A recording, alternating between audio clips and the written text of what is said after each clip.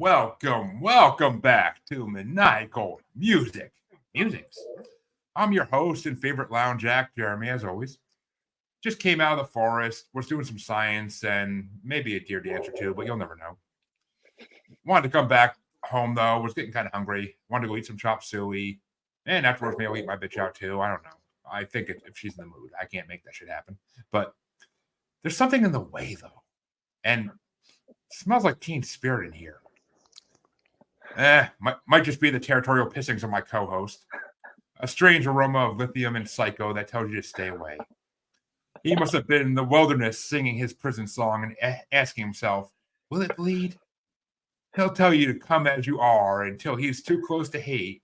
Then come the needles. Everyone's favorite Cenobite, motherfucking Chancy Grave. Hi. Yes. You should have done the Hellraiser high. How do you? How do you do a Hellraiser high, man? He's like, we are explorers of the regions of experience. Like, hello. Like, what the fuck kind of shit is that? No, you go with what you know. You did. You go with what you know, because the guest the guest popped. That's all that counts. All right. Oh. Yes, we are experts at popping guests around here. What can I say? But welcome back, musers. We're glad to have you back for what seems like an episode every couple of days at this point. But we love it, and it's giving you plenty of content for the next month of actual podcasts. So yay! Makes my life easier. But we are back once again with another amazing guest, Mike Oppenheim, host of the Coffee Talk podcast. Well, how's it going, Mike? It's good. It's Coffin Talk, not Coffee Talk. It's just it says Coffin, but it's been a long fucking day, so I need coffee. Fine with me. I just don't want people to think that I am that boring, because our show is about death and not the famous Saturday Night Live skit. God, that's the funniest shit ever. Coffee. Yeah. It's actually Coffin Talk. Actually, you're mostly hard R retarded, Jeremy. It's okay. Chancy? For fuck's sake. You shut your mouth. But no, what can I say? I forgive. I spent an hour and a half of my day shoveling chicken poop, dude. Come on. I'm tired as fuck. But no excuses. Yeah, well, we are joined by Mike tonight for what is going to be a amazing episode, folks. Some great albums and maybe one that's not so great, but we'll see about that. But Mike, first things first, why don't you tell them what your podcast is about more than it's about death? Yeah. So my podcast called Coffin Talk is where we explore the meaning of death instead of the meaning of life. So what do you think happens when you die, and how does that affect the way you live? And it's really that simple. I have any guest on who wants to come on who's actually interesting. I don't have not interesting people on. That's the only test.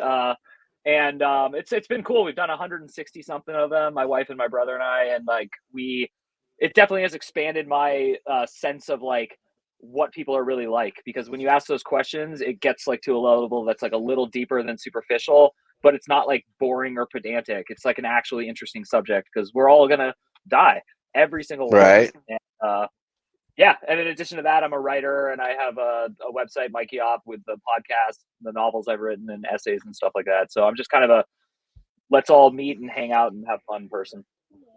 That actually sounds like a pretty fucking cool show. Thank you. Yeah, well, I mean, we are. Your show's a lot more actually up my alley, which is odd. I'm a huge music fan. I was in 2 professional bands, so I love music. Nice, dude. Yeah. Nice. What kind of bands, if you don't mind me asking? Not at all. Well, actually, the most successful one was a surf rock band that my friend started, and I was just playing lead guitar. But it was amazing, because we were in Portland, Oregon at the time, and we ended up playing these huge festivals and stuff. And so it was weird, because I don't know, I just never expected that level of attention from that kind of music. Whereas the other band that was my heart and soul and my own songwriting, we were successful enough to play gigs in New York City and stuff, but we weren't, we never made it, and we quit pretty early on. But we were compared to a fusion of Radiohead, Weezer, and Pavement and Nirvana. So Interesting. Yeah. That would have been interesting to hear. It's actually on that website. If you go to micap.com, there's a sound tab, but that's like 15 years ago that I was doing that shit. Still. I still play music, but yeah. Nice. And this will come into play when we go over one of the aforementioned albums. So Ooh. Well, we can get right into that because why don't you tell the audience what album you wanted to bring, Mike, and why? Yeah. Okay. So this was like the hardest decision I've ever made. As I emailed you, it was harder than naming my children because I take this seriously. One album is like a really, really hard thing. So I'm going to first tell you the albums that didn't make the cut because I think it'll explain my taste. The very, very, very close to almost qualifying was Pink Floyd's Dark Side of the Moon. Now I'm drawing a blank, of course, because I'm on the air. Pink Floyd's Dark Side of the Moon, Guns N' Roses' Appetite for Destruction, Metallica and Justice for All, and Mr. T Experience album, which is a Bay Area punk band. And the reason I was picking between these ones that it had to be a fundamentally life-changing album. It couldn't just be an album I love. So like there are many albums I love more than the album I picked, but this album is why I bought a guitar. This album is why I begged my parents every day for 6 months to get a guitar. It's why I started smoking cigarettes. It's why I got into certain drugs and not others. And that album is, of course, Nirvana's 1991 album Nevermind. Well, Jesus Christ, that's a lot of good fucking reasons. So, damn, I don't think Chancy's ever put that much thought into one album he ever brought on the show. But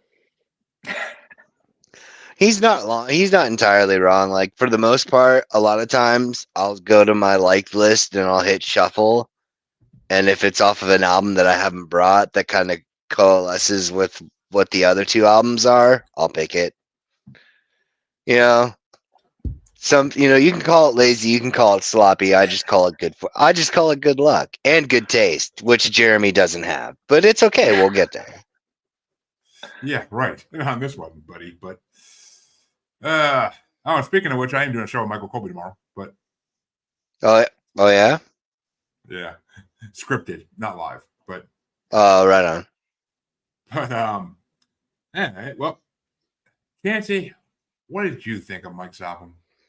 Dude, Nevermind is literally like fucking quintessential album of anyone that's basic. I'm 38. I don't know how old you are, Mike, but like fucking anyone in our fucking age range, that's the quintessential. Like it's like you either fell into the category of liking, super heavy metal because you hated glam metal or glam rock, I should say.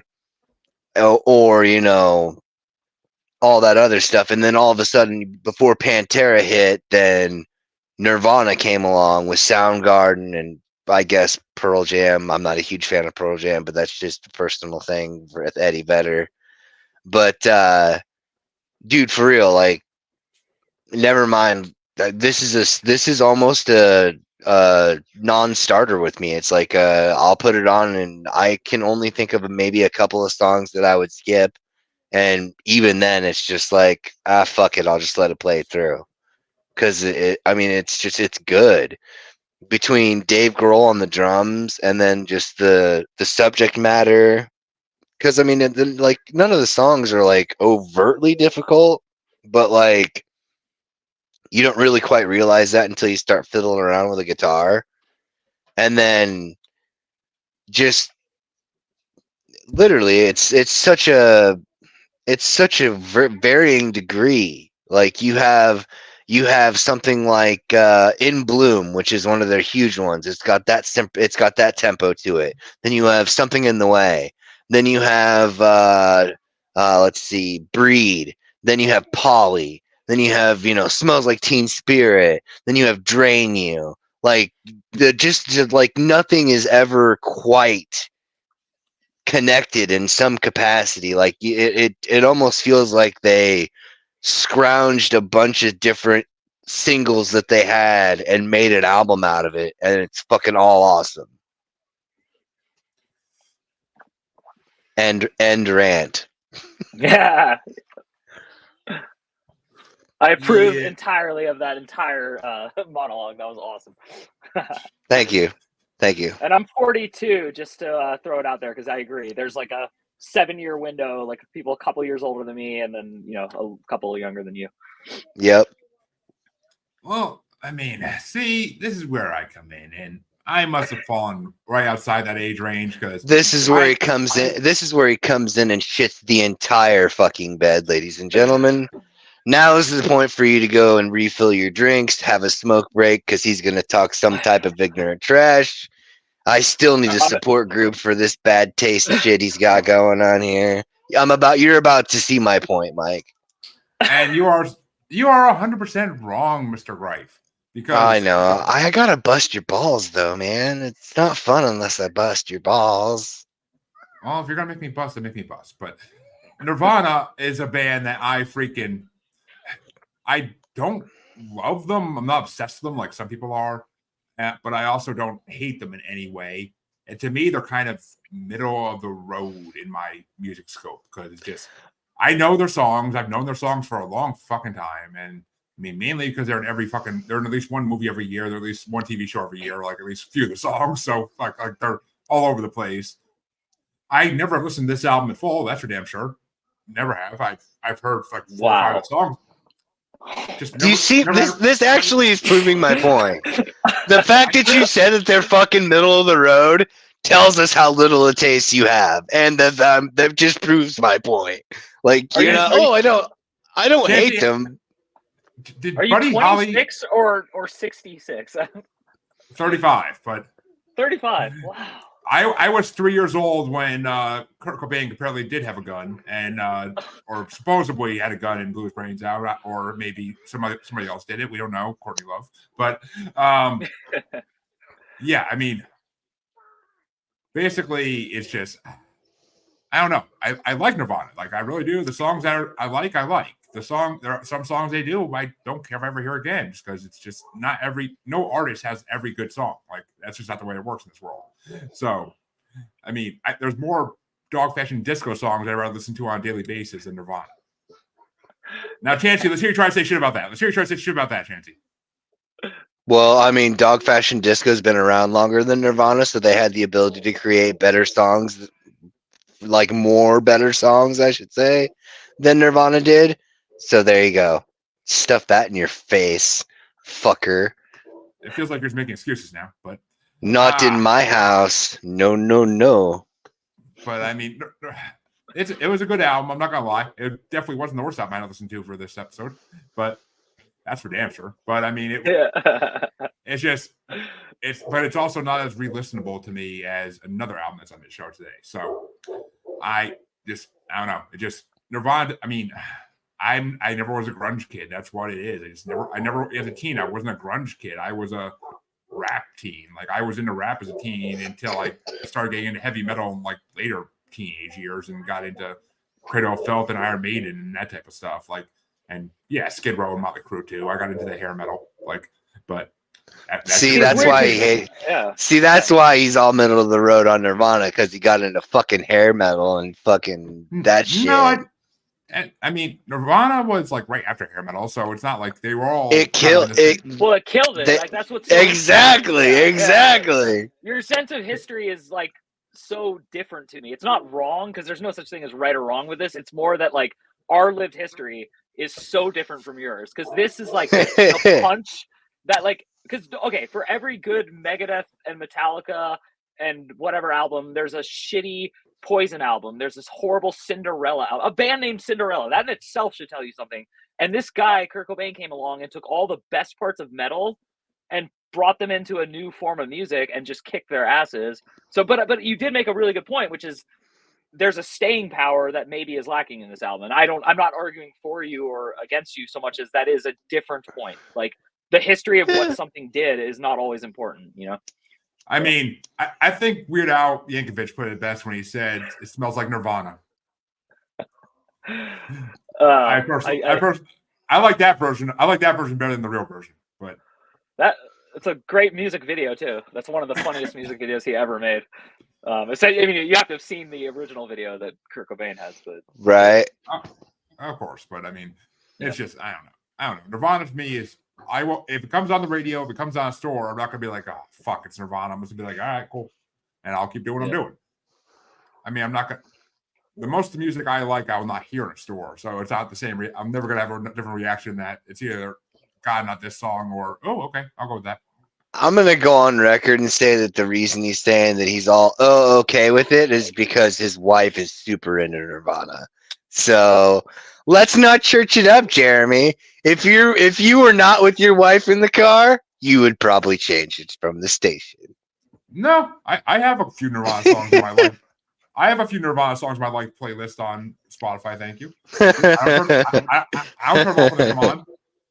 I know. I just had to do it though, because I literally just remembered how you were talking about how much your wife was like into Nirvana and shit. No, my wife likes everything from that fucking era, dude. She likes most of shit. She likes most of the rock bands you like, but well, of course, because you know she's got good taste. I don't know in music. Not completely. Took me a second to get that one. That was nice. How is she our age? Is she like a little older than you? Yeah, she's around our age. No, she's a couple years younger than me. Oh, that's weird. She must have had like young parents that were like our age. Mm-hmm. Or she's prodigious, or has good taste. Yeah, mostly has good taste. Well, I mean, her in music. Her mother was a huge Nirvana fan. That's why she loves it. Okay. But yeah. I mean, it's just I don't know. Nirvana never wowed me the way like the whole episode of Californication where it's about like where they were on the day Kurt Cobain shot himself, supposedly. Like that whole episode of like them being broken down and like freaking crying over it. I could never get that. It was like, well, because you weren't there. Yeah. Like you didn't. Yeah, but you weren't alive enough to actually like. I remember turning on MTV and being like, "Oh my god, this is a very impactful moment in like everything that I loved and understood about music will now never be the same." Like, I'm not one of those. Go ahead. Oh, sorry. He was just so countercultural. He was like such an icon. Like he was like anti-homophobia in an era where like no one was really saying that, and like he was just very progressive, but not in a annoying way. He wasn't like in your face and like finger wagging. He was just like actually vocally into like the underdog, like people who get bullied and treated like shit. Yep. And it was like, and it was cool because he wasn't like a pussy about it. He wrote like angry, nasty, awesome songs, and like David Grohl's drums, like you said, are just so much energy from them. So I can see how like through time that gets distorted. And also don't confuse In Utero with Nevermind. I mean, and Bleach. You know, I mean, like there's 3 really different albums. Incesticide is a fake album. We've done In Utero. We've done In Utero. Yeah, okay, we've done In Utero before. Because that's like so different from Nevermind. I mean, I wouldn't sure. Don't get me wrong, I love it, but yeah. And like you, Chancy, I remember exactly where I was when Kurt Cobain killed himself. I mean, I remember watching the cameras outside the Seattle house, you know, 24 hours. And we didn't have CNN back then, but it was on every major news channel. Dude, it was MTV News. Dude, Kurt fucking loaded with that with the beginning to Peace Sells. Fucking everyone's like, oh. I always tell people like, hey, do you remember MTV News? And they're like, yeah. I was like, you're like a fan of Megadeth and you don't even know it. And they're like, how do you mean? And I was like, you like that little bass line right before it starts, right? And they're like, yeah. And I was like, yeah, that's fucking Peace Sells. And they're like, no, whatever. And I play it fucking for them. And then they're like, still sucks. I mean, listen. It may have been an important news day. It may have been they got the cameras in the fucking house, and there goes Courtney Love in the fucking white Bronco. But wait, these are 2 different things here. But all right. Well, what are your top 5 tracks off the album, Mike? I'm kind of curious. Sure. And I go in the order of 5 to 1, right? You got it, man. You have been doing your homework. Yeah. That's awesome. So this was very hard for me because the reason I wanted a guitar and the reason I loved this album is that I literally loved every song in order. Like I to this day, I think it is actually in a really good order. And I don't know how much like their producer had to do with that because he was tremendously influential on it. But So I broke from that, and I'm gonna go with number 5 is gonna be Breed, because I love punk rock and it's like the most punk rock song on the album.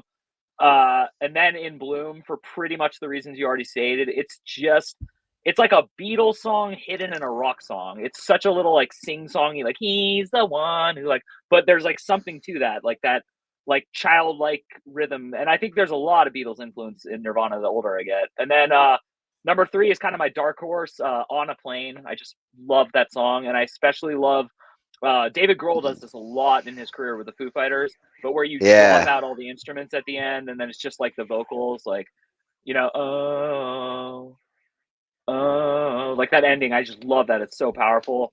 And then number 2, almost number 1. It's so hard to pick between these two, but Lithium, which is still to this day, if I pick up an acoustic guitar at someone's house, I just start playing it. I can't help it. It's like just this great chord progression. It's one of the best chord progressions in the history of music. And then number 1, because how the fuck could you not pick it? Smells Like Teen Spirit is just one of the most catchy fucking songs ever. Going back to why I mentioned I played in bands, I've never seen people light up more than when we used to cover this song at the end of our concerts, and it was embarrassing because it was like, yeah, you don't like us, you just like our ability to play like this amazing song. But it is, I mean, I have seen people mosh like who don't even know what moshing is to that song, because it's contagious, it's electric, it's unfreaking believable. So that's my short. I saw what you did there. Yeah. I saw what you did there. It's contagious. That's right. I got some honorable mentions. Should I do those later? Oh, no, go ahead. No, go ahead. The honorable mentions is Come As You Are, because it was a great single and it's the easiest song to ever learn on guitar. So whenever I used to give guitar lessons to friends, I would teach them that and they'd be like, wow, I can play a rock song. And Enter Sandman are like deceptively easy to play. So they're great like beginner songs, and they came out the same year. And then Polly, because I thought acoustic guitars were for like wankers and pussies, but that song is freaking awesome. And then also they released. Oh, sorry. I was gonna say old man's guitars. Yeah, and they released Incesticide like as almost like a sister album to it, like a couple months later, and that had the original electric punk rock version of Polly, which is also awesome. And then on top of that, it's a song about like a kidnapper date raping and killing a girl and shit, and it's dark and scary and funny that he makes it acoustic. To me, I guess that's not funny. I probably should not have said that. But anyway. Hey man, you're talking to a guy that likes a song called Chloroform Girl, all right? You'll have to check that one out. You're having heard you say that song's gonna be right up your alley, dude, for real. Cool. His podcast is about death. How would you not think it's up the alley? No, I mean, some people just don't like stuff. I don't know. I don't know the man, sir. We just met this morning. Afternoon. And here you are queuing up his leg already. Jesus Christ, yeah. But and so, Jeremy, I know that you were in like PJs when we all bought cassette tapes, but they had this thing called an A side and a B side, and this is actually. I know what A sides and B sides are, motherfucker. I'm condescending you the rest of the show because I'm an ageist, and it's very rare that I get to be happy to be older. But so what's important though is the first song on side A was the easiest to find because you hit rewind, it goes to the stop, click, and then you press play. Equally important is the first song on the second side because it's the B-side lead.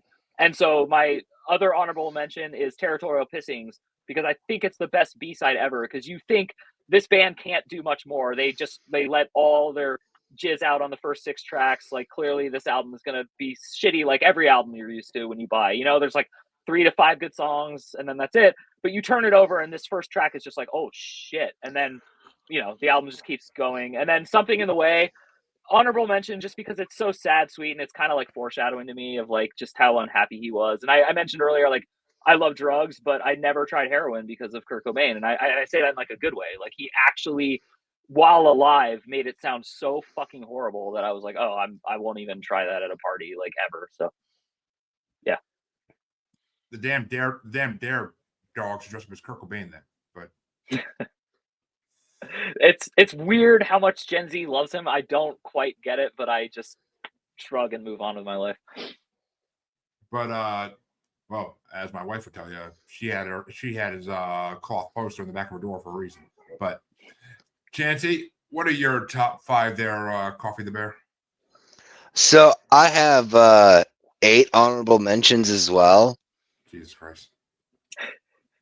And I don't know how many of y'all are good at maths, but there just so happen to be 13 tracks on this motherfucking album. My unlucky number, yay. You know, honestly, this might actually rank up there with that fucking episode where where we shit on you for that Cottonmouth Kings album. That's the one I listened to that I loved. Oh, Is it really? Oh my god! Because when you mentioned that guy's name, I'm like, I'm pretty sure that was Michael, yeah. Yeah.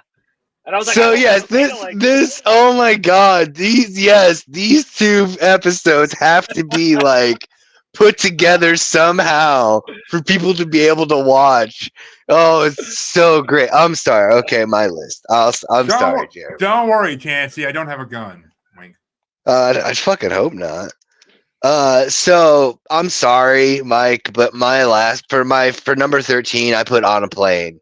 I don't know, it's like I think I should go back and listen to it after having heard you explain it and listen to it for the song independently as it is, rather than it being a Nirvana song on this album kind of thing. But like, it was just like for me, I couldn't grab a hold. Like, you know, there's a lot of stuff about all these other songs that just grabs a hold of you somewhere, somehow, in some capacity. And it was just too, like, I think it might have been a little bit too, you know, too slippery, too slow. And then the drowning out. And it's like, what's really happening here? But I will go back and listen to it again because you make a compelling argument. Also, I got to apologize again because number 12 is Smells Like Teen Spirit. because if I was going to rank this whole album, then the most popular tracks are going to go to the bottom. I love that song. It's not there because of me not liking it. It's literally there because I felt it would be cliche for me to make my top 3, you know, like In Bloom, Come As You Are, Smells Like Teen Spirit, you know, and stuff like that. Simpatico. Yeah, I understand. So obviously 12 Smells Like Teen Spirit, 11 Come As You Are, 10 is In Bloom, number 9 was Stay Away, number 8 was Endless Nameless. That was fucking dude, that fucking I would have had it much higher up, but I had already made my top 6 or 7 at that point, and I was like, shit, I may as well. Number 7 is Something in the Way. And number 6 is Lithium. Number 5 is Territorial Pissings because although I forgot that it was B-side because I got it on CD, it was just one of those things where you can almost feel like the album gets a breath of fresh air, kind of, if you will. Yeah. And then number 4 is Lounge Act. Number 3 is Breed. Number 2 is Polly because Polly is just fucking. The fact that he used the acoustic is what made the song for me because it made me pay attention to what was being said. Yeah. And then number 1 for me is my absolute favorite song off of this album, and that's Drain You. I don't know, it doesn't matter. Like, as soon as I hear that first note, just one baby to another says I'm lucky to met you. Like, you're done. Well, thank you. Actually, I mean, it's okay. Thank you. I mean, I have I haven't done any warm ups or nothing, and I was in choir for 10 years when I was in school. But I mean, thank you. That actually means a fucking lot. No, I'm impressed, and when we get into the next 2 albums, I'm gonna relate that. Real quick question for you: do you love the song "Aneurysm"? Because that to me reminds me so much of "Drain You." It's my favorite Nirvana song ever. "Aneurysm." And if you're not familiar, I was gonna say I'm not familiar.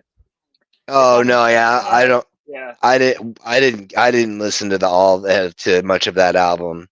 Unfortunately, later, and it's the end. It's the bridge and the end that you're just gonna be like, "Wow, yeah." So anyway, all right, yeah, for sure, I will absolutely listen to it. Well, I think actually that Mike is gonna be pleasantly happy with my top 5, but I did have 2 honorable mentions because how could I not?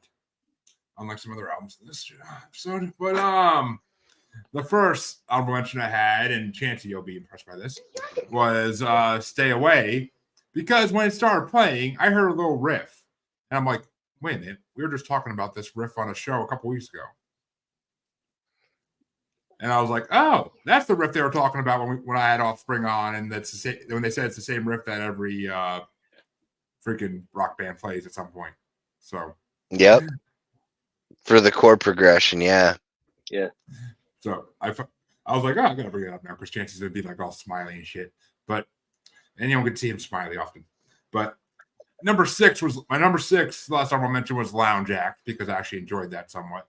It was a different song than I thought Nirvana would ever do. But number 5 was Something in the Way because everybody knows that opening riff from various movies and shit. So, and TV shows, whatever. But number 4 is Come As You Are because it's a decent song. It made it pretty far in our first part of the Rolling Stone Top 500 Songs bracket, but it got beat out by Weezer, by Buddy Holly by Weezer.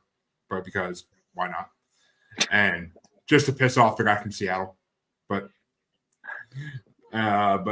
number 3 was Smells Like Teen Spirit because love that song. Always have loved that song. It's in Moulin Rouge. It's an amazing song. But Chancy doesn't like musicals. I've never seen a single TV show or movie that uses a Nirvana song. I have no idea. I didn't even know that the new Batman movie it actually has Something in the Way as its kind of opener, and it fucking fit it, dude. That's cool. Fucking perfect fit. Perfect fit. That's really cool. That movie was incredible. It made a lot to do with the music they queued up for every scene. I mean, it went really well with it all. But number 2 was Territorial Pissings because I love that song. I never heard that song before, and it came on, and I was like, "What the fuck? This is Nirvana?" Like, okay. Come on, people now, smile. And it's also making fun of like a peaceful hippie song. So right. But and then number 1 was Lithium because out of all the Nirvana songs I know already, that's the one that's my favorite one out of all the ones I know already. I mean, it's just that is one of my wife's favorite songs actually because I know she listens to that all the time. And I actually didn't even think it was Nirvana until it came and I'm like, is this Nirvana? I'm like, oh yeah, it is, I guess. Like there are a lot of bands that sound like Nirvana, want to be Nirvana to me. So Bush, Tool. Were you raised in one of those dude? This guy, and then they let you? I think so. I think he was because he literally thinks that Tool sounds like Bush and everything else from the '90s. I fucking know, dude. This is why I need a support group. This is why I make my arguments that I make. Yeah. This is God. Enema and the chemicals between us sound similar to you. I know, right, dude? That's crazy. You're not crazy, but that is crazy. Oh no, he's crazy. Don't let him fool you. He tries to hide it, but it seeps through. Now, see, if you want to come on and talk Nightwish and Avantasia, I could talk those bands all fucking day. But, but Chancy, why don't you tell us what album you decided to bring on for some reason or another? I can't really explain the reason you do things, but so as I stated before, whenever I get the list of what's going down the line, like what the guest picked, what Jeremy picked, I go to my liked list on my YouTube Music. I go to liked music. I hit shuffle, and if it's something that I haven't brought to the show yet, and it kind of meshes in a certain capacity, which once we get to the other end of it, it's almost kind of like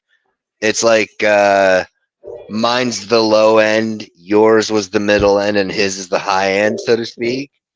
But I brought Sevendust's debut album, and they're actually the band that I could probably say I've seen the most, next to like Guar and Lamb of God. But the first song of the album came on my random list, and that's what made me pick it because it's a good song and it's really catchy. and I hadn't listened to the whole thing all the way through. And I'm not gonna lie, this one was actually the hardest for me to rate because of the fact that there's only really 2 of the songs on the album that like, oh my god, I love these songs. And then I had to deal with 9 more songs. Were like, okay, well, how am I gonna do this? But I love Sevendust. I love, their next album after this, which was Home, which has Waffle, Denial, some of their more well-known songs, and not necessarily some of their better songs, but definitely their more well-known songs. I love the way that the lead singer has the ability to do both melodic and gutturals, and how they also incorporate, I want to say it's the drummer, to also throw in the extra vocals when needed, which anytime a drummer sings is also kind of interesting to me, because like they're already doing enough. I mean, let's add another, that's like adding another plate to the juggler.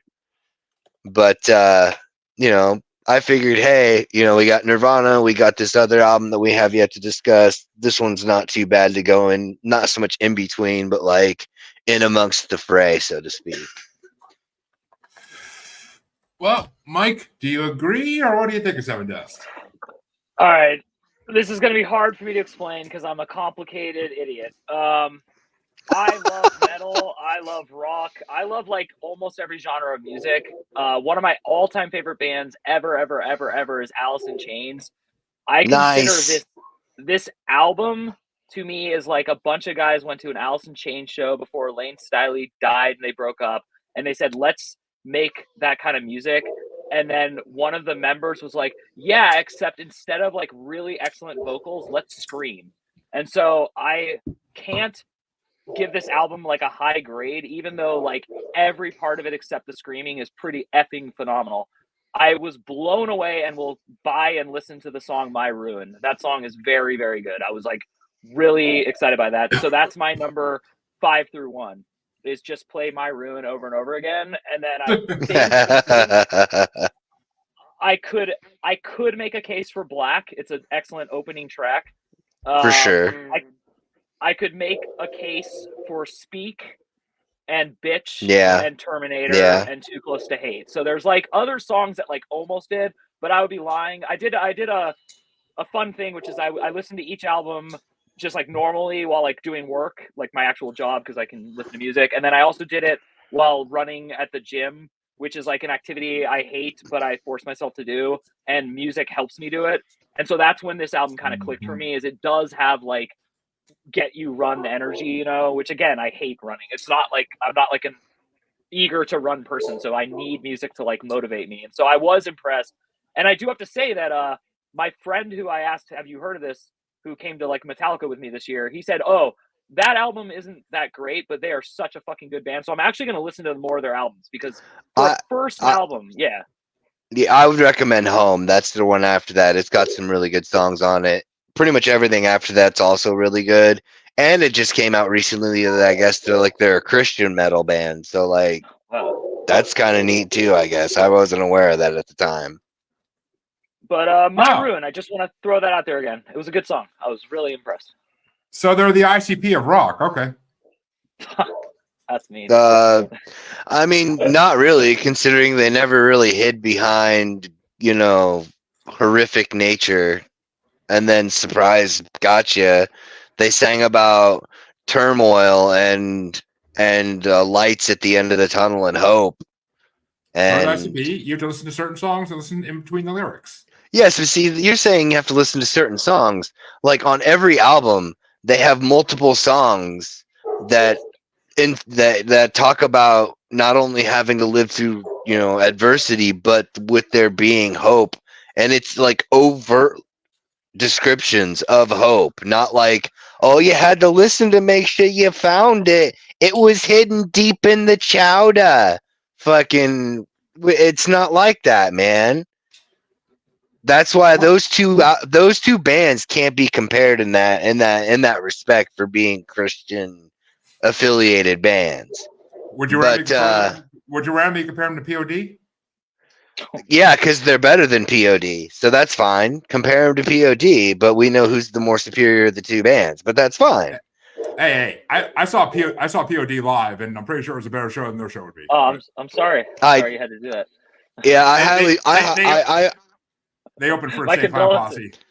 They opened for Insane Clown Posse, so I mean, so like honestly though, I've also seen POD and I've seen Sevendust like 8 times at least, and never like I've only seen one time, and I've seen one 8 times, and most of the time it was to go out of my way to see that band. I don't know. I want to ask both of you a question because I interviewed like all my friends who actually like music, and especially my friends that are into metal like I am. And I said, why do you think these musicians who can sing choose not to and scream? And I'm just curious, what is your answer to that question? Well, I think it really varies because I mean, some do it like, and then this is just obviously me assuming something in their head. But at one time, I used to be able to do both when I was in much better vocal shape and in my prime. As a person who could do both at one time, I did it more so because of like I looked at it as being another instrument in the band. I've always viewed the lyrics and the sound of the voice of the person as a part of the band, not just because they're who delivers the message, but like especially with heavy metal or a metal of any kind, especially if they can get in them super gutturals and all that heavy, like just, the super heaviness stuff. Just listening to it and listening to how it flows with the band itself, like case in point, like Death, the band Death. Yeah. Like Chuck Schudlinger's voice is what, like, anytime somebody always says, "Oh, I hate heavy metal because you can't understand what they're saying," I will immediately start playing a Death song for them because you can understand 90% of the words that Chuck Schudlinger says in every Death song that he does. Like, just flat right out the fucking gate because he's singing and playing some of the most technical guitar for that time frame anyway, because they're one of the first bands that did the D standard tuning. Not the first, but one of.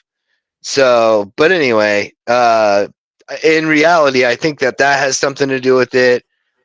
Sometimes it also works in the sense of it calls for it in the song, like American Head Charge. Not sure how well aware you are of them.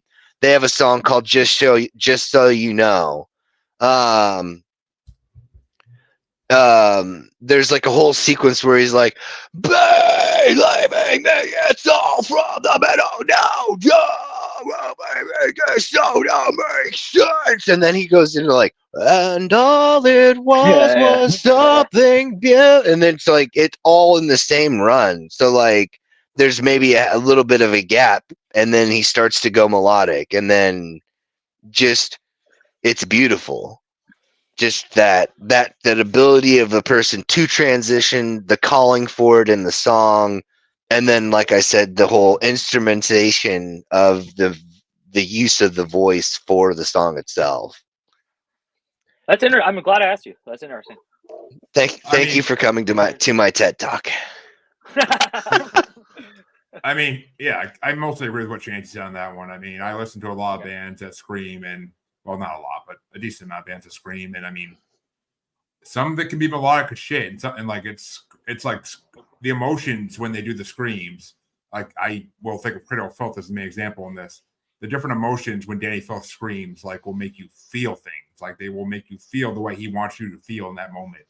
And like sometimes they sound like pain screams, sometimes they sound like anger screams, sometimes they sound like sadness screams. Like it's just, you could, once you get to know a band well enough, you could hear the difference. And it's like more, especially with Cradle of Filth, it's like being at a freaking play in a theater, because it's like you're experiencing the emotions of the characters on stage.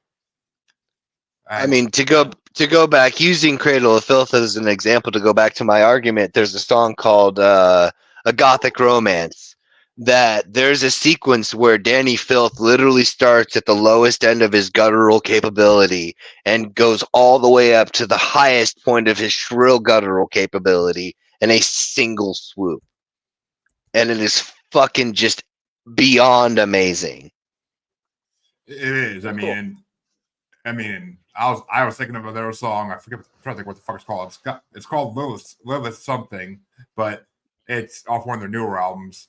And like the pain screams in that song will make you like feel pain, and then he immediately goes into like a sad scream right after it because it's about Lilith, for God's sake. But it's just, I don't know. It just really adds to the music. Sometimes there definitely are bands where they're not adding shit by screaming. They're just making themselves sound like shit themselves.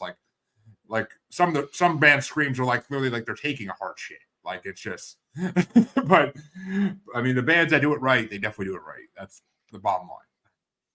And But also, even like, sorry, yeah, do your review, and then I'll make my argument point for why I think that this album couldn't. This album would have been better because then their other ones they get in a more of like a learn how to do it kind of thing because their screams get better and other stuff like that.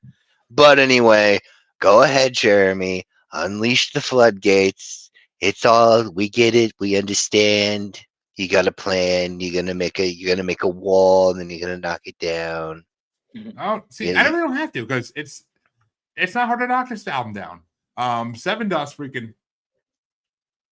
It's like they wanted to be a popular late '90s band, like a lot of the other ones out there. I mean, I'm thinking maybe Drowning Pool. I'm thinking maybe Godsmack without Sully's amazing voice, but they wanted to be one of these great bands that started out in the late '90s, and they just fell a little short. I mean, maybe they hired the wrong singer. I don't know, but it just they don't add up to all the other bands that came out around that year. They don't, and I mean, there are definitely some songs in this I like. I feel like there has to be a Sevendust song out there I know already, and it might be one I like. I don't know which ones of those really got radio play or not, or MTV play at least. But because I know the name Sevendust, I've heard it for years, but I never really. I'm guessing it'd be Waffle or Denial probably.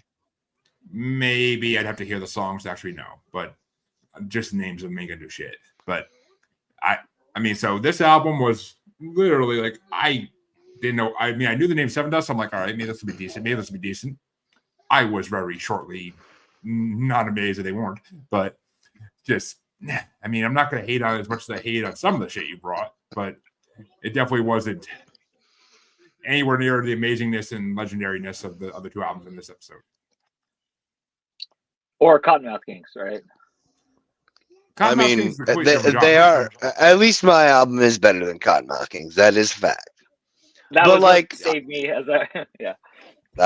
See, I like that. Appreciate that. But no, like I knew coming into it that I was even gonna shit talk my own album. Like, so like let's not church it up, fellas. Like I knew coming into this I was going to be shit talking my own album because as I was listening to it after I had picked it, I was like, because I thought about going with Home. Which has I thought that would have been more I thought that would have been disingenuous because I'm opting out for the one with the more popular tracks on it and shit. And I remember this album was my exposure to Sevendust. Like the first song of theirs I ever heard was Bitch, and the first time I heard it I was like I'd just been like heartbroken by this chick I was super into, and just all of a sudden fucking you're like, oh well, hey guys, it looks like you just tapped right into my mental and emotional state right now. Let's fucking give this a listen. But go ahead, yeah, finish your review, Jeremy. My review is over. I mean, thank God. Why you're breaking up with a girl and not fucking picking I fucking hate you by 3 Days Grace is beyond me. But I didn't break up with her. She broke up with me, and at the point that piece of shit song hadn't even come out. So fucking how about them apples, huh? Well, anyway, then you should have picked Lord Abortion by Cradle of Filth. But don't tell me that shit didn't come out already. But no, I'm not saying that it hadn't came out already. I just wasn't really listening to that album or that band fully at the time. Anyway, For Your top my, five. which, yeah, I'm only gonna go with 5 on this one. I don't blame you. Actually, there is an honorable mention. My Ruin, Terminator, and Face. So my number 5 was Speak. Number 4 was Too Close to Hate. Number 3 was Born to Die. Number 2 was Bitch, and number 1 was Black. Because I Too mean, Close to Hate, by the way, was my honorable mention. I forgot to say that. So see, it's funny because when I saw the name Born to Kill or Born to Die, I feel like there's another song called that too by another band. And I was like thinking, like, I'm like, oh, is that song? And I'm like, no, it's not. No, it's not.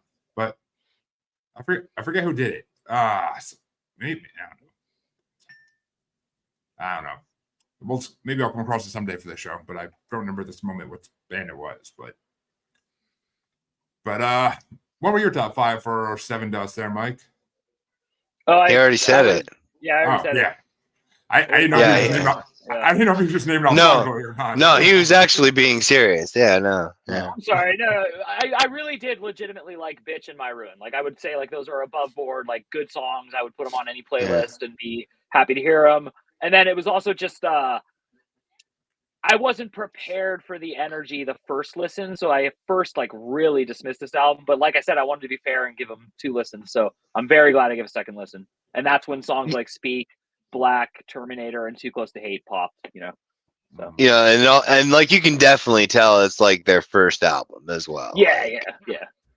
And I realized like that when better, oh, they will. Yeah, I mean, they for sure. Well, Chancy, my top 5, and there are only 5 for this one. There was no damn honorable mentions. I had to keep make sure I had 5. Number 5 was Too Close to Hate. Number 4 was Will It Bleed. Number 3 was Bitch. Number 2 was Prayer, because that song actually. Yeah, that's a good one. Yeah, it's a good one. And number one was Wired, because I feel like I did hear that before. That was also a good one too.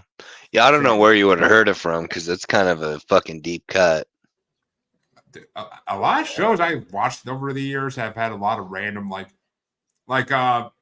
mean, you're gonna laugh at this one, but like even Vampire Diaries used to have like random metal songs at the end of the episodes once in a while. Like they would do Manson, or they would do Korn, or they would do like other bands I really don't know off the top of my head. But so I mean, show surprise. I mean, Arrow and like the CW superhero, a lot of the CW shows did that. End of episodes, they'd have like, or in the middle of episodes, if they went to a club or something to find the bad guy, they'd have like some kind of metal song playing. But especially on Arrow. But so I mean, it comes in random places sometimes. You hear a lot of stuff you never like. Literally, the day I heard Marilyn Manson at the end of Vampire Diaries, I literally stood up and I was like, "Really?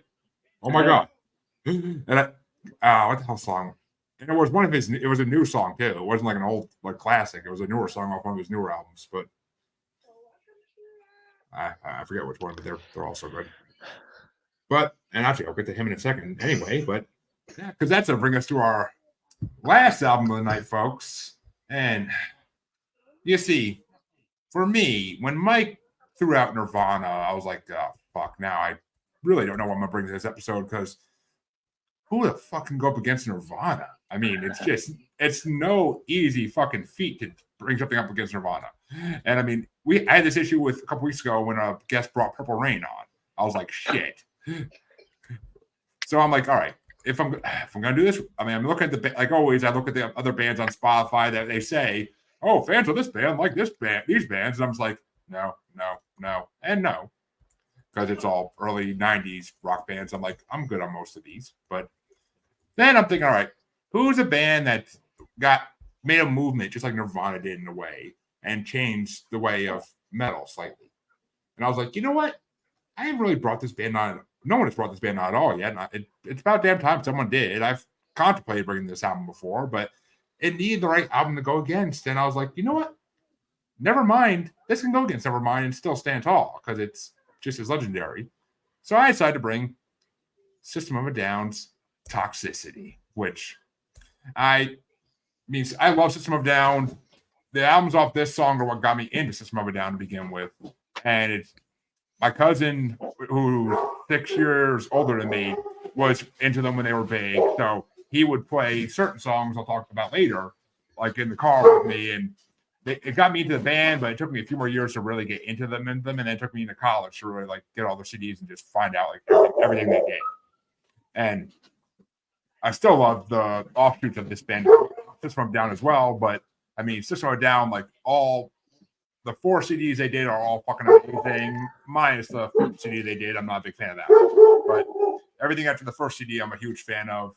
And Toxicity is just one of those albums that you can put on from beginning to end and not stop. Like you could put it on and just not stop and keep going and on repeat. I used to do it all the time when I was delivering pizza. It would just be put on Toxicity or put on Steal This Album and let it play over and over again. Like just I wouldn't even need to change the CD because I would get tired of it. It's just such amazing songs. So that's why I figured I'd bring this because, I mean, Serge's voice is fucking amazing. He's an amazing singer. He's an amazing songwriter. And Darren's freaking guitar playing is beyond belief good. Like, beyond belief good. And, I mean, the whole band's freaking incredible. I still love that they're one of the only bands that got away with cursing on The Late Show. And they totally did but like they totally said like, oh yeah, we won't curse, and then they just went on and were like, they did fuck the system and just fucking went for it. But so I mean, I had to bring him on. I've brought Serge on before in his solo stuff because his solo stuff is amazing. But System I haven't brought on yet, so I had to bring it on this time because it could stand against Nevermind and still be standing tall. But what do you think of Toxicity, Mike? All right, so this was a cool turning point in my life. I left home in 1999. I was 18, and I never looked back. And I just kept listening to like the music I liked and the new albums that came out that were on my radar. That includes like Nine Inch Nails, like a lot of like bands that border on System of a Down. But believe it or not, until this week, I had never heard a single System of a Down song ever, and I had no idea. I couldn't even name a song by them. I didn't know anything about them. And so when you suggested this, I was like, what the hell? Isn't this like one of those like lame like bands where like that like immature junior high school boys who don't take showers and like don't wear deodorant and, like, you know, they're bitter because their other friends are like hanging out with girls and they don't understand how to talk to them. Speaking of myself. And I listened to it and I was just blown away. I loved it. I bought it immediately. I listened to it way more than twice. I was truly blown away. And then I did research on them because I was curious and I was fascinated because I love like the history. I'm obsessed with the history of Armenians and Armenia. And I found out that like they just did a reunion tour to like help Armenians. And I was just like very impressed by my biggest nemesis in the entire world is the prison system. The first song just immediately, like, I was just goosebumps. I was like, are you kidding me? And then I looked at the year and I was like, 2001. This was so like not ahead of the curve. Like plenty of people knew what the hell the prison industrial complex was, but to sing about it and popularize it and like have it on the radio made me like my heart swell. So this album was effing awesome. I really fucking loved this album. I kept switching my top 5. I kept adding honorable mentions. I still don't like Screaming, but his voice, I forget, you said his name 100 times. What's his name, the lead singer? Serge Tonkin. Yeah, Serge. He's, I mean, epically good singer. It was like very impressive to hear. And well, after System of a Down broke up, he put out 3 solo CDs, and then since then he's just been doing movie soundtracks. It seems like so, wow. But they're all Armenian movie soundtracks for the most part. So cool. I really haven't listened to the movie soundtracks. I mean, I've tried, and it's just like, yeah, no, I can't do this. I mean, and I want to watch the movies, but I'm like, they're all going to be in subtitles. And I'm like, I'm good. Yeah. but I mean, his 3 solo albums he put out after this were fucking incredible too. If you like it, if you love his voice, he gets a lot more political on his solo albums than he did with System of a Down. Even like he gets so political on some of his songs, and it's some of the stuff you have to really think about. Like it's not like just he doesn't. I like that he doesn't just put it all out there like, fight the system. I mean, yeah, they did with fuck the system. Yeah. But most of their songs, like you have to read them between the lines because like they use very metaphorical speech to get their point across. Yeah, no, I mean this was some of these songs. My kind of band, my kind of album, my kind of attitude. I loved the lyrics. Lyrics do matter a lot to me, a lot.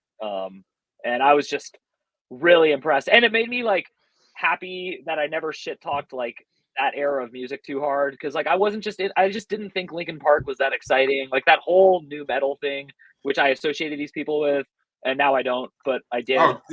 They're definitely not new metal by any fucking means. I thought they were though. Yeah, just like you know how you can just misfile things. Like, yeah.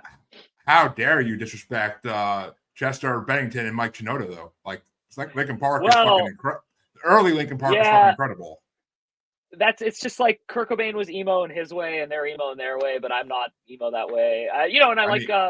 He's dead now, but Chris Cornell is awesome. So I know his connection to Linkin Park is strong, and I was sad when he killed himself, just like Kurt Cobain. You know, it's not happy to hear that story. But anyway, enough about Linkin Park because I don't really know enough to talk about them. I just am trying to, first of all, thank you for introducing this album to me, which sounds weird since it's super famous, but it was awesome. And with no further delays, I will give my honorable mentions and then my top five. Wait till the over here gives his review of it because honestly, he could have done it, mostly because the fact that the only thing that I can include is that they were actually on tour at the Pledge of Allegiance tour, which was just like a little mini festival, like a traveling festival that was only a one night only kind of thing. That was like Rammstein, System of a Down, Slipknot, American Head Charge. It was my first concert. And literally, it was for them being on tour for this album. And I ended up actually meeting Serge Tankian, like through the worst possible way, but it still ended up happening. But in all reality, yeah, dude.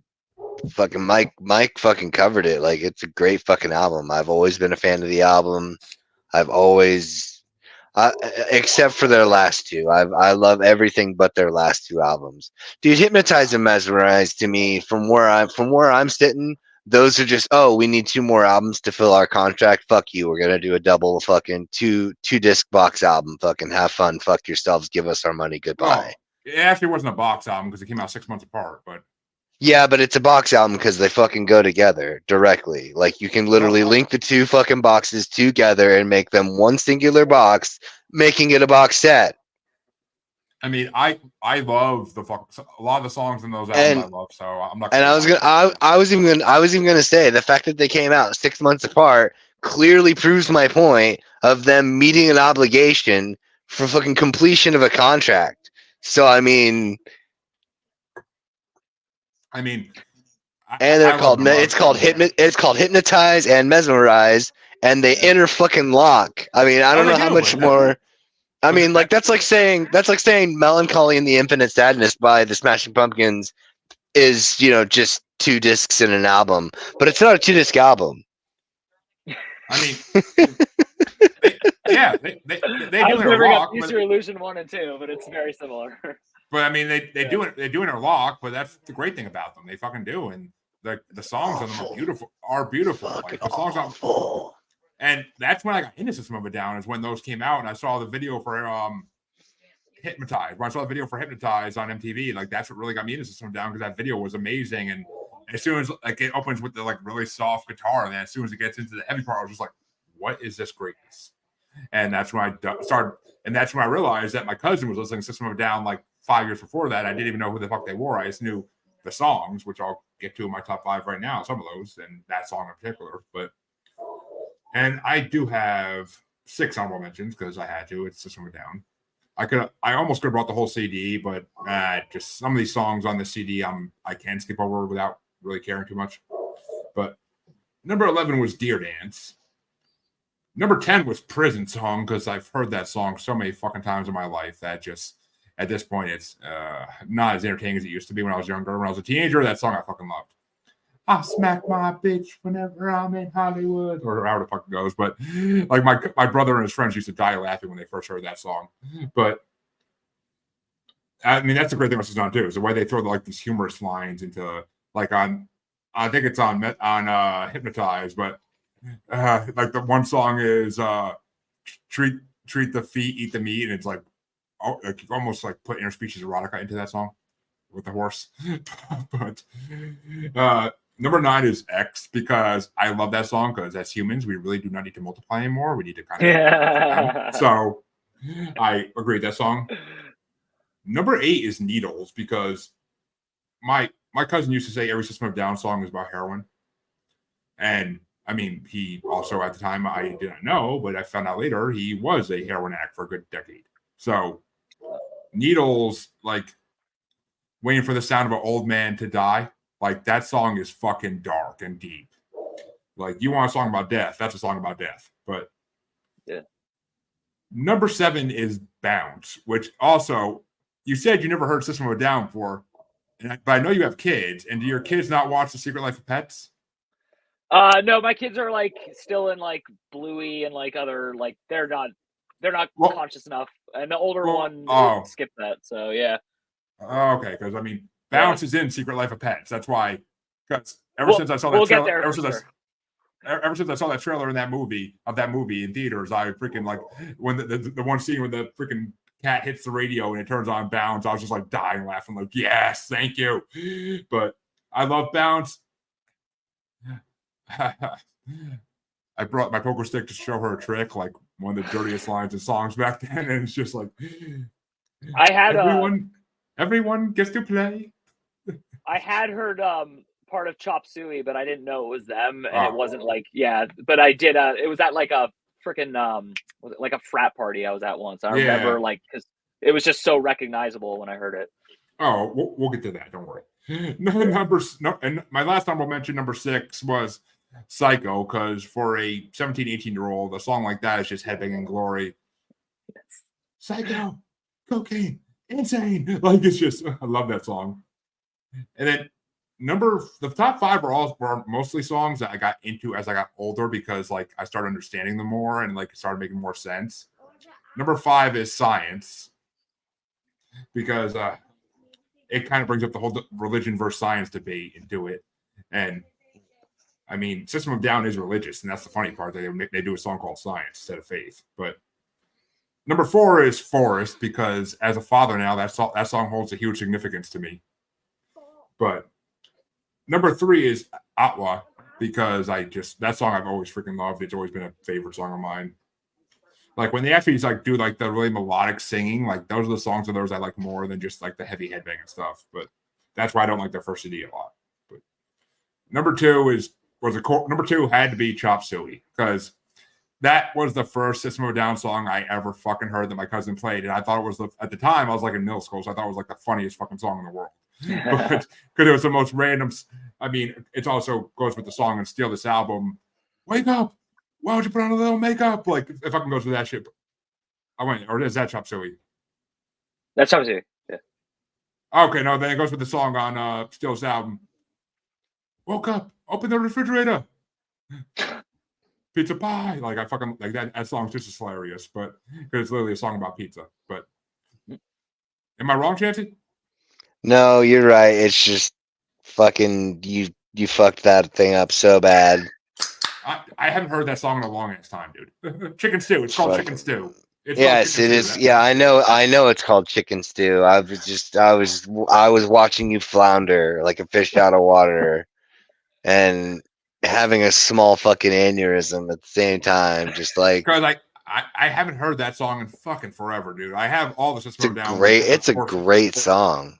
It really is. I mean, that and Chop Suey were the songs my cousin listened to the most by System of a Down. So, walking to the refrigerator, doors closed, lights are out.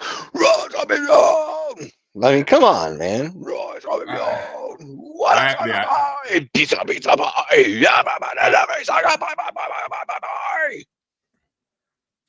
Yeah, I'm sorry, I'm done. I mean, and then of course BYOB got followed up in the next album as being like the similar song, but that song's also a very good song about the military and how horrible presidents are about the military. But my number 1 song has always been my favorite song on this album, and it's Aerials, because that song is fucking just beautifulness. It's too fucking short. I wish it was like 5 minutes longer, but you drink from the river, then you put up a wall. Like fucking the lyrics in that are fucking amazing, and like the guitar riffs in that are so fucking on point. It's just Aerials is one of the most beautiful songs I've ever heard in my life, and I fucking always loved it. Like, and it's funny because when I first heard the CD all the way through the first time, that's the last real song on this CD, and it's like it ends with that, and it's like as soon as it opens up now with the dun, dun, dun, dun, dun, dun, it's like, for fuck. Okay. I used to put that shit on repeat nonstop or just like hit the back button so many times when I was delivering pizza. Like, I don't know. It's that song brings it out. It's my political warrior song. It's politically warriors. Like, it's my eco warrior song too because it's as eco as I'll get. I'll eat a fucking big chunk of steak while doing it, but it's my eco song. But what were your top 5 honorable mentions there, Mike? I'm dying to hear. Yeah. So, I mean, I loved it. I love humor. That's why one of my favorite punk bands is the Mr. T Experience because they sing like funny, awesome punk rock songs. And I just love Pavement is another one of my favorite bands. And so this band to me, I've really never heard a band that's like metal-esque that has a sense of humor like this one. So that was like huge props. So Shimmy is my first honorable mention. I just thought it was hilarious. It's a fucking funny song, and the lead guitar scales are really good on it. Also, it was the only song that only the one member wrote. All the others had co-writing what's it called, credits, and I thought that was interesting because it's clearly just about some chick he hates and like it's very personal, and the rest of the band's like, yeah, we'll play this with you, but you wrote this. And then Needles was my second honorable mention, especially the middle part. The middle part is just beautiful. Psycho for the same reason. It's just hilarious. It's true. And I loved the great soft moments. I thought they were like excellent. Like when they, calm down and sing. And it was just so funny because like I don't have a lot of experience with groupies, but I do know vapid, dumb women at concerts are definitely doing coke and looking to score. So, and then I liked the song X a lot. Even though I am a breeder, I thought the lyrics were hilarious. And I also think it's funny that most young people have that attitude and then they get older and a lot of them have kids. And so I just thought it was funny. Accents happen. Yeah. Chop Suey was my last honorable mention. I wanted to put it on the top 5. Or no, I'm sorry, I have 2 more. But it didn't make it because it's just kind of dumb. It's not like actually a great song. But the reason I knew the lyrics is actually a weird coincidence. When I was 5 years old, my best friend was 6 and my brother was 7. And we were like a trio of best friends. And we used to go on vacation together and we'd run into our parents' room in the morning like total rude assholes because we started this thing called the Gremlin Club where we wanted to be gremlins, and we'd jump on their bed and literally say, wake up, it's time to put on your makeup. Wake up, it's time to put on your makeup. So when I heard it, it was just weird because I was like, did this guy like spy on my friends and I when we were like little kids? But so that's my little Chop Suey story. And then my last honorable mention was Toxicity, the title track. I thought it reminded me the most of Metallica, which is, one of my all-time favorite bands. And so that was also why this album was impressive. It's funny though, that because like, well, you got to picture Chop Suey from like if you were a high school or middle schooler when this album came out, which actually you wouldn't be you were a high schooler when this album came out, but I would have been 21 or 20. Oh, okay. Well, still, even at that age, I was in high school when it came out. Yeah, that line they scream in the middle, I cry when angels deserve to die. Like that song, that lyric right there is the most metal shit ever when you're a fucking like middle school or high school. Like that's you're like, that's so metal. It goes against everything my parents believe in. Yeah. But I mean that's me. That line is what was stuck out in me because I always I was brought up religious, and that line like just when gets everything I ever was taught, and I was just like, oh, this is so dark. I love it. Yeah, it is. It's dark and it's beautiful. Though I know what else was out there that was darker, but okay. Yeah, no, I totally agree with that. That was good. And then my top 5, I kept changing it all week. But the only one that never changed was my number 1. So that was straight off never going to change, but the rest did. But I ended up landing with Prison 5, Science 4. This was where it got really hard. 3, I went with Atwa, and 2, I went Forest. But it was really hard between those 2. And I kept listening to Science, Atwa, and Forest over and over again, like trying to be like, well, which one's slightly better? And they're just 3 fucking awesome songs. So it's really hard for me to pick between those 3. And then number 1, without any doubt, and anyone who doesn't pick it, I'm just going to be dumbfounded. Aerials is one of the best songs I've ever heard. It's literally one of the best songs ever, like, written. I am so glad I didn't just like listen to a track and pretend I listened to this album or something, and I really gave it its due diligence, because you're right, you get to it and you're just like, holy shit, like you've been saving this song And when I looked at like radio singles, it wasn't one, which blew my mind. But I guess that's just corporate rock or something. Radio, because they don't want the songs that are meaningful. They want the songs that are just gonna make people like bang their heads. Like that's all they want. Yeah. They played it out here on the radio in Iowa. Cool. You're Seattle, is that what you said? Oh, Iowa. Iowa, yeah. Whoa, we had yeah. There's a no doubt. Where at? Yeah. Fairfield in Jefferson County. I know exactly where Fairfield's at. Yeah, it's about an hour, some odd, like southeast or southwest or something like that from where I'm at. I'm up in Pauchy. No, I'm more west than that. Dude, I love Iowa. That's the most underrated state in America. I've been to all. I know, right? Like, it's amazing. For real though. Yeah, smart, cool, down to earth people. It's awesome.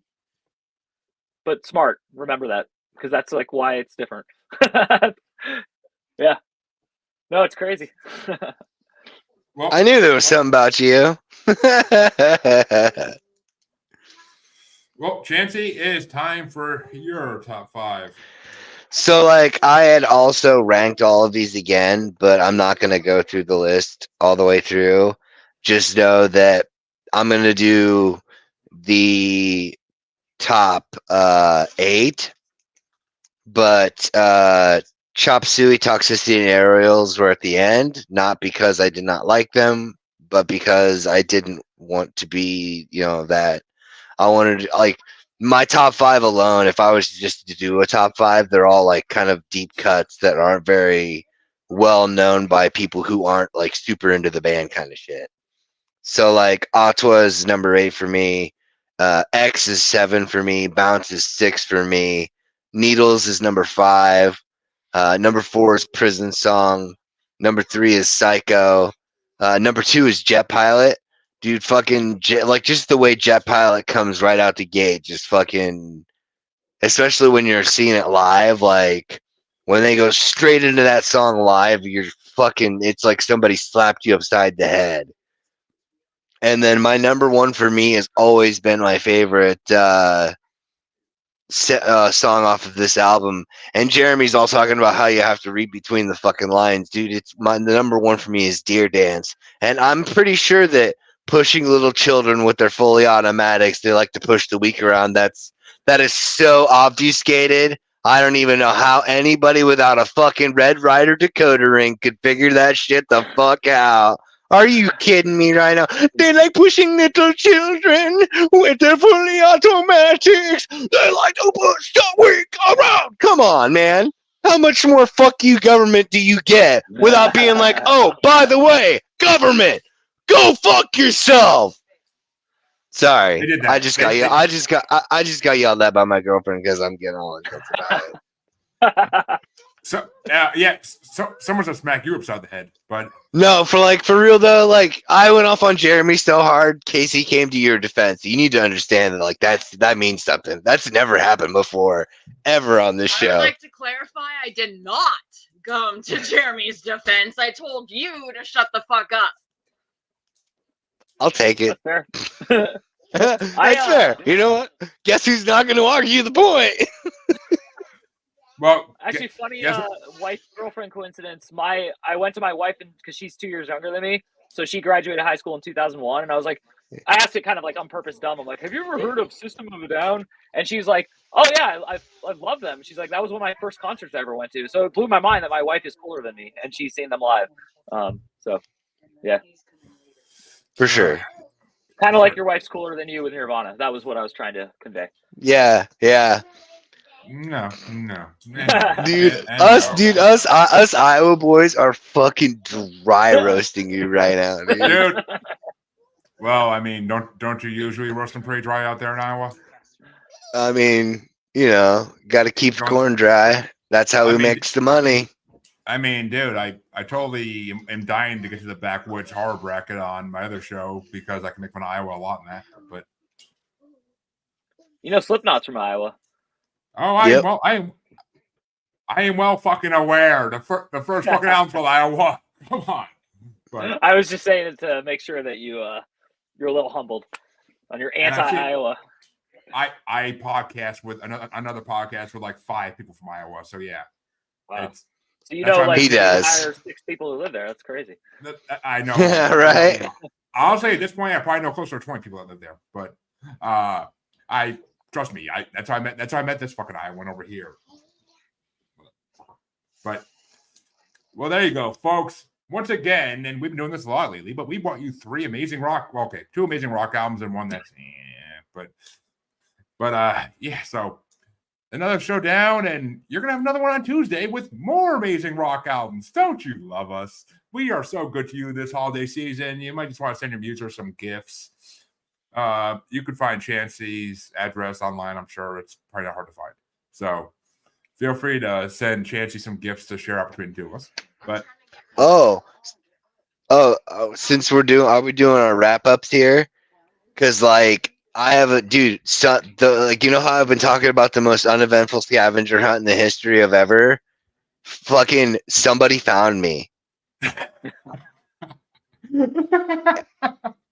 finally someone won. and as a winning gift, I told them that I was like, okay, you pick an album, and as long as it hasn't been brought on the show before, I will bring it.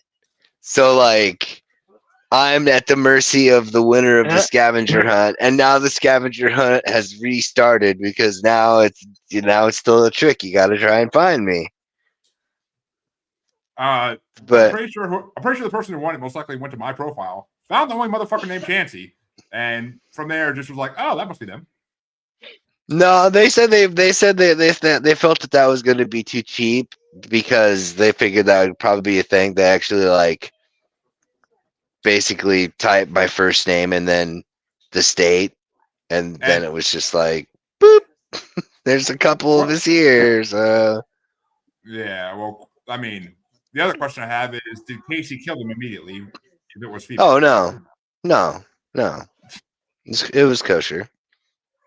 All right, good. Besides, I would have been the one that ended up on the episode of Snatch. Remember? True. Well, like she'd have been, and then she killed him with a hacksaw. Oh, it'd be worse than that. I'm pretty sure it'd be like that freaking scene at the end of Braveheart.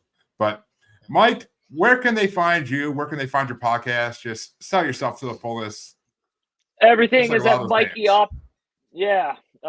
Everything's at MikeyOpp.com. MikeyOpp.com. There's a tab for my albums, my podcast, my novels, my nonfiction, my whatever the hell else I do, videos I make, cartoons. I love making stuff, and I have a short attention span, so my website will show you that. Nothing like some good old ADD. Yeah. I had plenty of that in my household. But Chancy, where? Oh, sorry, go ahead. Oh, I was just going to say thank you, just in case you were going to say goodbyes. I just want to make sure I said thank you. This was seriously as fun as I thought it was going to be. My wife was slightly irritated because it's a Saturday and I'm supposed to be spending time with my kids, but I was like, hey, we got to talk about albums. And she was like, I don't get this. Hey, man, if you want to come back, definitely. I'm sure that I can talk Jeremy into an open invitation, but I'm all about it, dude. We got to do this more often. I'll definitely come back, and I've some awesome. I'm definitely, now that I know this routine, I'm gonna pick something that hopefully will piss both of you off. So, nice. Yeah. And Chancy, where can they find or not find you?